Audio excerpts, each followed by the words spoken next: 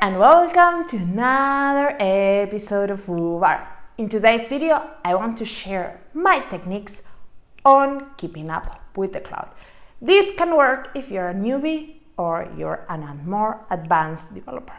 So if you want to know more about serverless, cloud computing, or software engineer practices in general, subscribe to my channel in the red button below. I post videos on Tuesdays and on Thursdays. So let's get started.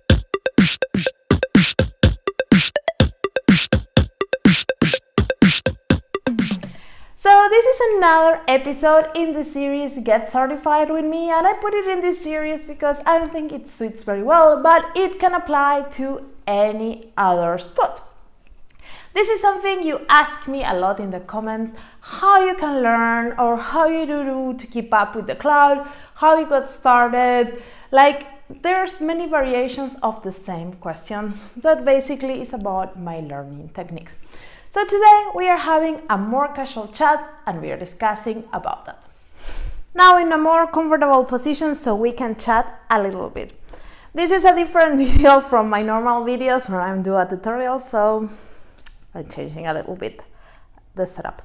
So this is a question I get asked a lot. How I learned, how I got started, and things like that. So I want to address it. I think I have been talking about it in a lot of my interviews with different people in the series. This is not a podcast, but usually I'm not the focus on those interviews, so I would like to share more my personal experience now. And I think this is an important video because when we work in IT, in the software industry, there is so much changes. What happened 20 years ago have changed so much on what is today. I did my degree, I started in 2004, and it's been almost 20 years since I started university, and things have changed so much. So I think keeping up with these technologies and with the pace of innovation is very important, and it's a very demanding thing for our career and our profession. I think the ability to rebuild yourself and to teach yourself and to keep on learning is one of the most important skills in the software industry, because you can hire today a really amazing developer, but in 2 or 3 years, that technology might have changed, and that developer, if they don't reinvent themselves, they will be out of job or out of business. So that's why it's very, very important to think about these things and not only to think about technology.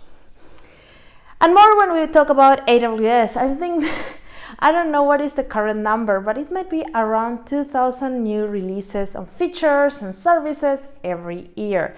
Because of the pace of innovation that AWS has, it makes it a very scarceful platform to work in and to be involved in. And on the other hand, it makes it a very powerful tool to develop your own applications. So AWS has this crazy pace of innovation, and how people keep it up. First, before going into the stories, I want to make a disclaimer. I don't know everything. And I think if you think somebody knows everything in AWS, they're either lying to you or, I don't know, they're Chef Bar. But I don't think anybody else knows everything. It's such a big platform, so don't think that. But one thing I know a lot of is titles and abstracts of services, what they can do. And I think this is something that is quite easy to achieve just by keeping up with what are the new services and what they do.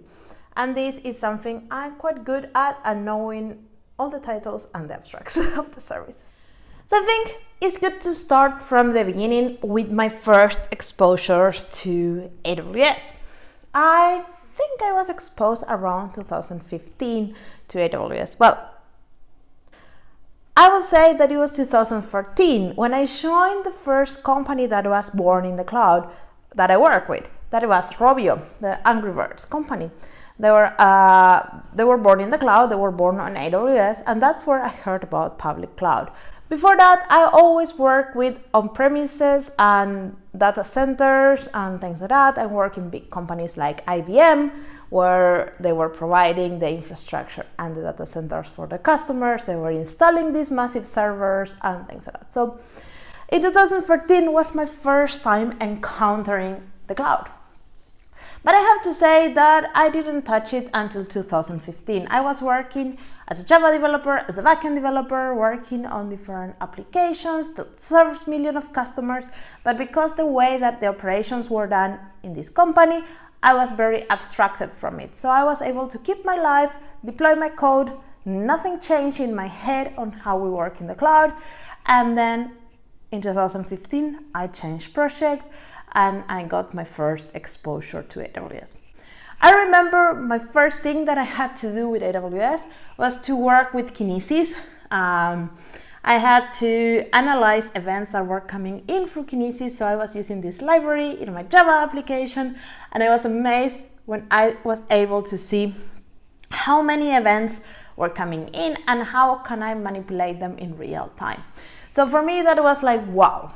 Then from there, Lambda was launched and I got first glimpse on Lambda and Amazon Aurora and things like that. But I was not really working with serverless until 2016, when we need to do a migration in one of our projects, and then it's when it hit me. This can be done with managed services and Lambda.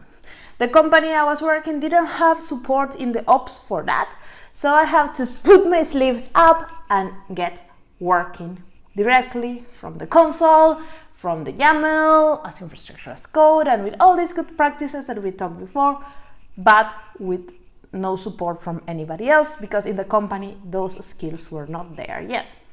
I grab a cup of coffee for my migration story because it's not long, but I think it was an interesting one because I was alone, nobody in my company knew AWS, and basically we had the luck that we had a good manager that hired an expert in AWS to help us out.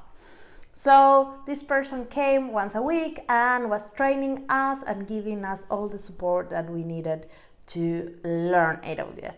So this is something I know many of you cannot get because, well, you are at home or maybe in smaller companies. But I think nowadays you can get a lot of support online from different experts and things like that, so you are not alone in the journey. So even though you might not be able to hire a consultant and an expert to help you out, then you might be able to get your hands into some expert or in some program or some mentoring program. There is quite a lot of things out there to help you out. So that's how basically I learned it in my first exposure to AWS. I learned from this person, but then at the end of the day, it happened that a lot of the things we're doing were quite new even for this consultant. So I had to learn by doing. And that's the other way I learned very good. I learned by doing and testing and exploring and benchmarking and trying to analyze and running tests and going back and make experiments and learn and learn and learn. So moving on now to today. Nowadays, I don't work for a company that is building any production services. I work for AWS, a developer advocate, and my job is a little bit different. I don't need to solve one particular problem. So nowadays, I'm just interested in learning the new technologies in order to teach them to you and to understand how the big picture works and how you can architect applications using these tools in a more theoretical way, in a more generic way, not specific to one particular problem. So it's a very different approach. Now my learning approach changed a lot because I don't have a problem that I need to solve and I need just to learn from the sake of it. So if you compare these two situations, the one from my project to the one that I'm currently in, maybe you're either in one or the other. You are maybe in a project that is doing AWS and you need to learn it to solve one particular problem, or you are a beginner or somebody that wants to start learning AWS so they can do a jump in their career, or that they want to lead the practice in the companies, that they don't have a specific goal in the sense of a project, but they have the willingness to learn. And the way to learn in these situations is very different. You might not have something that you need to deliver at the end of the month. You might need to create a plan. So let's talk a little bit about how I do it today.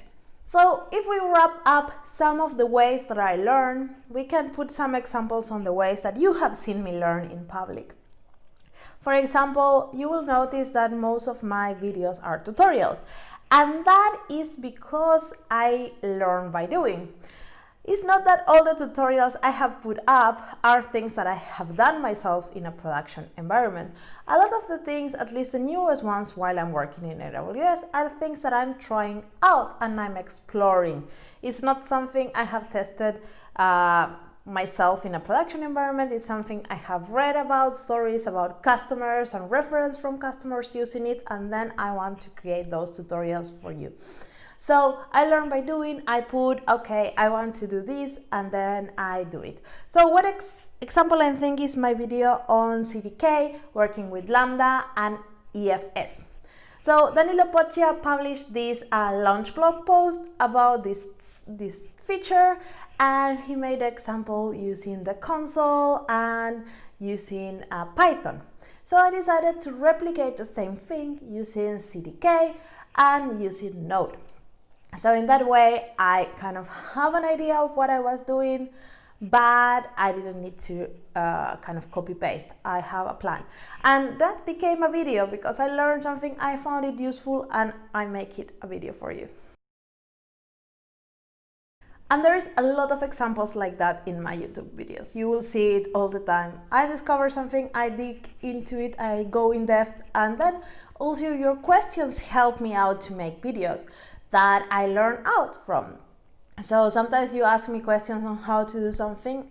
I don't have a clue how to do it, but I'm curious about it and I make a video out of it. Another way I'm learning currently is by the interview series. You know, I have on Tuesdays this interview series where I interview experts, and most of these are with demos and tutorials and are very technical.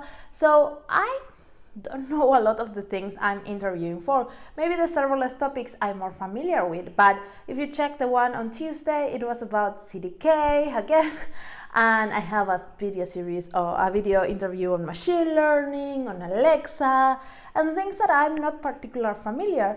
But I still like to talk with these experts and ask the questions, and it's kind of a great way to learn in public because I'm learning in front of you and I'm asking the questions that you might have been having when you are learning. So I like to expose myself in that way.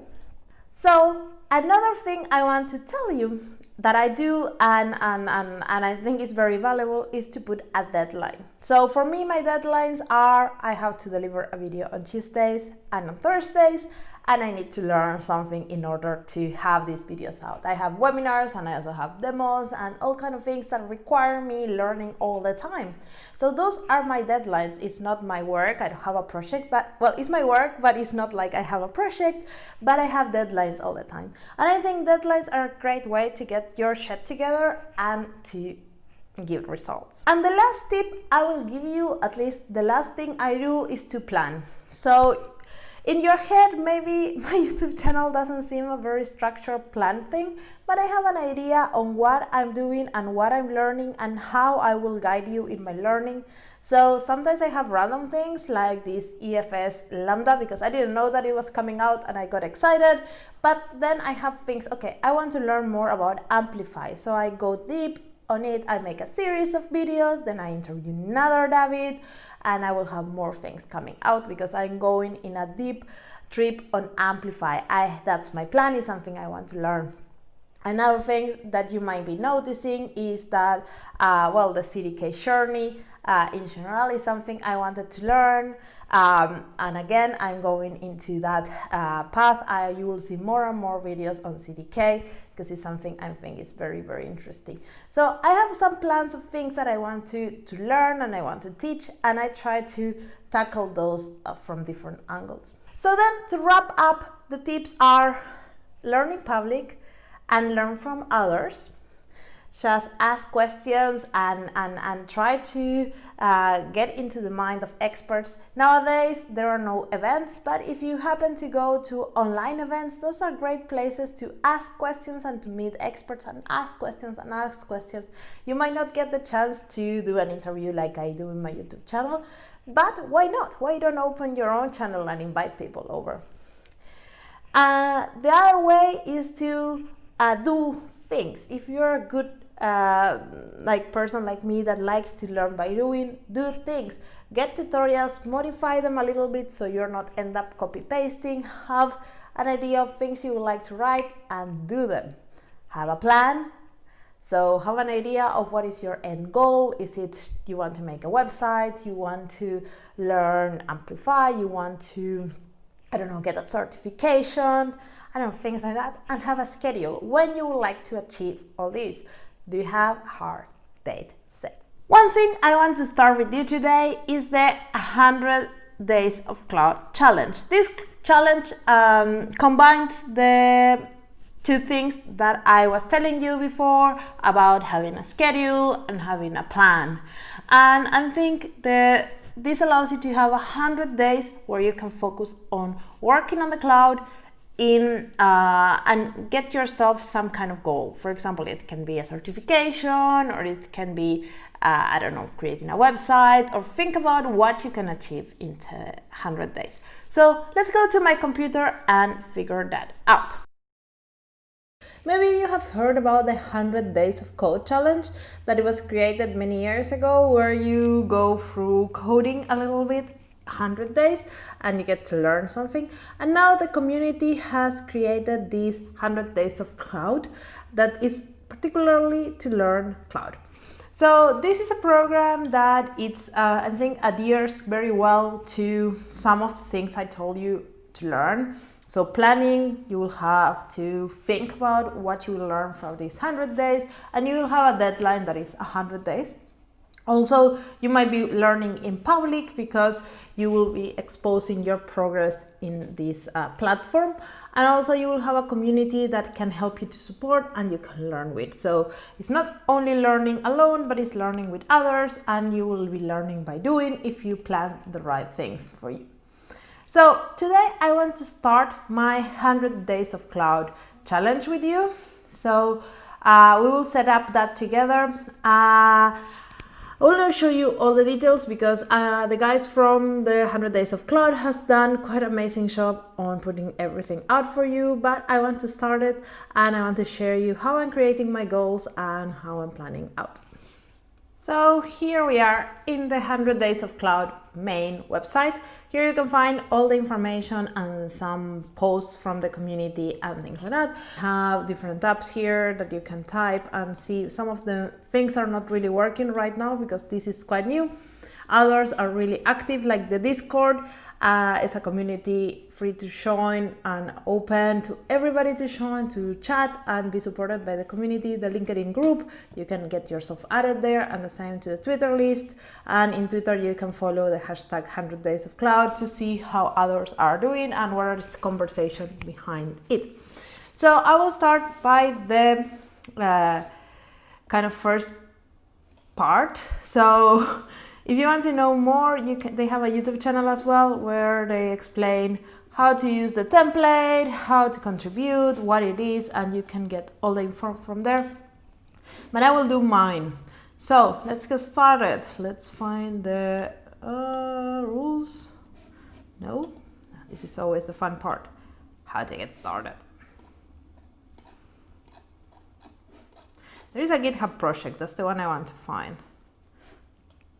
Here.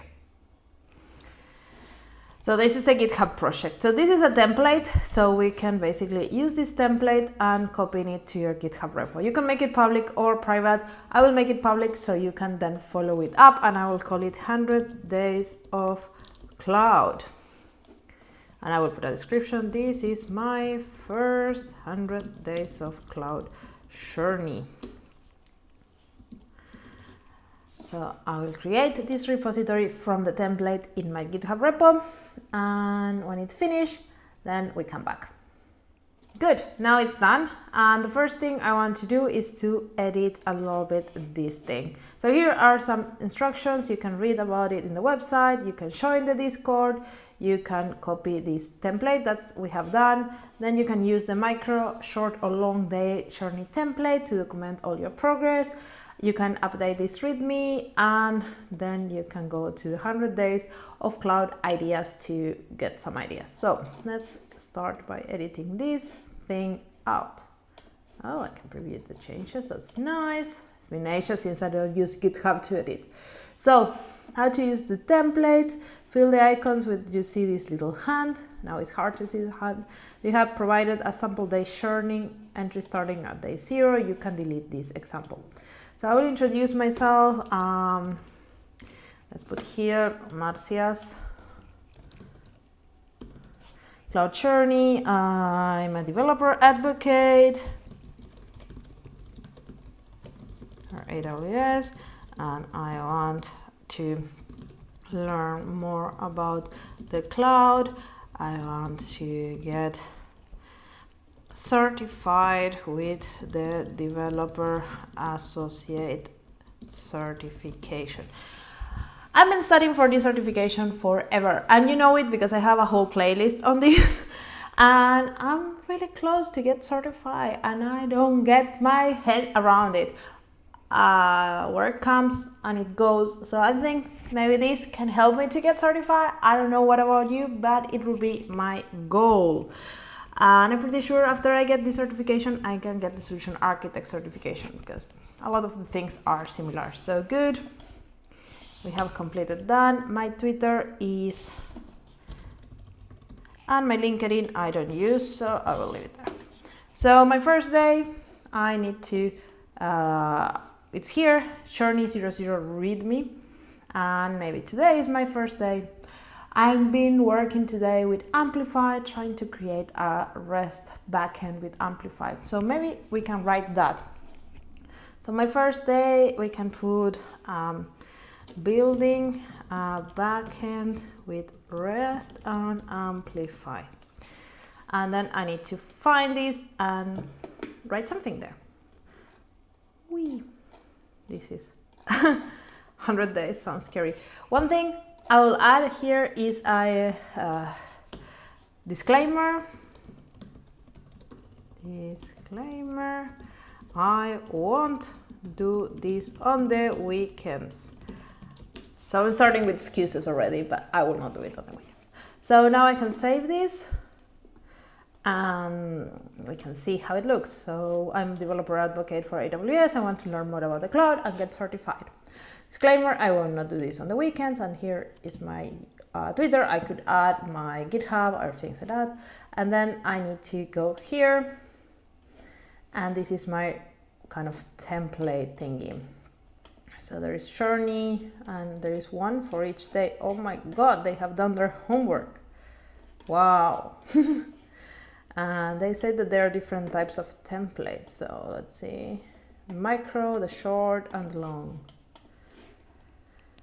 This is, I think, the type of template I will be doing. This is maybe too long, even if it's the short one, and this is maybe too long.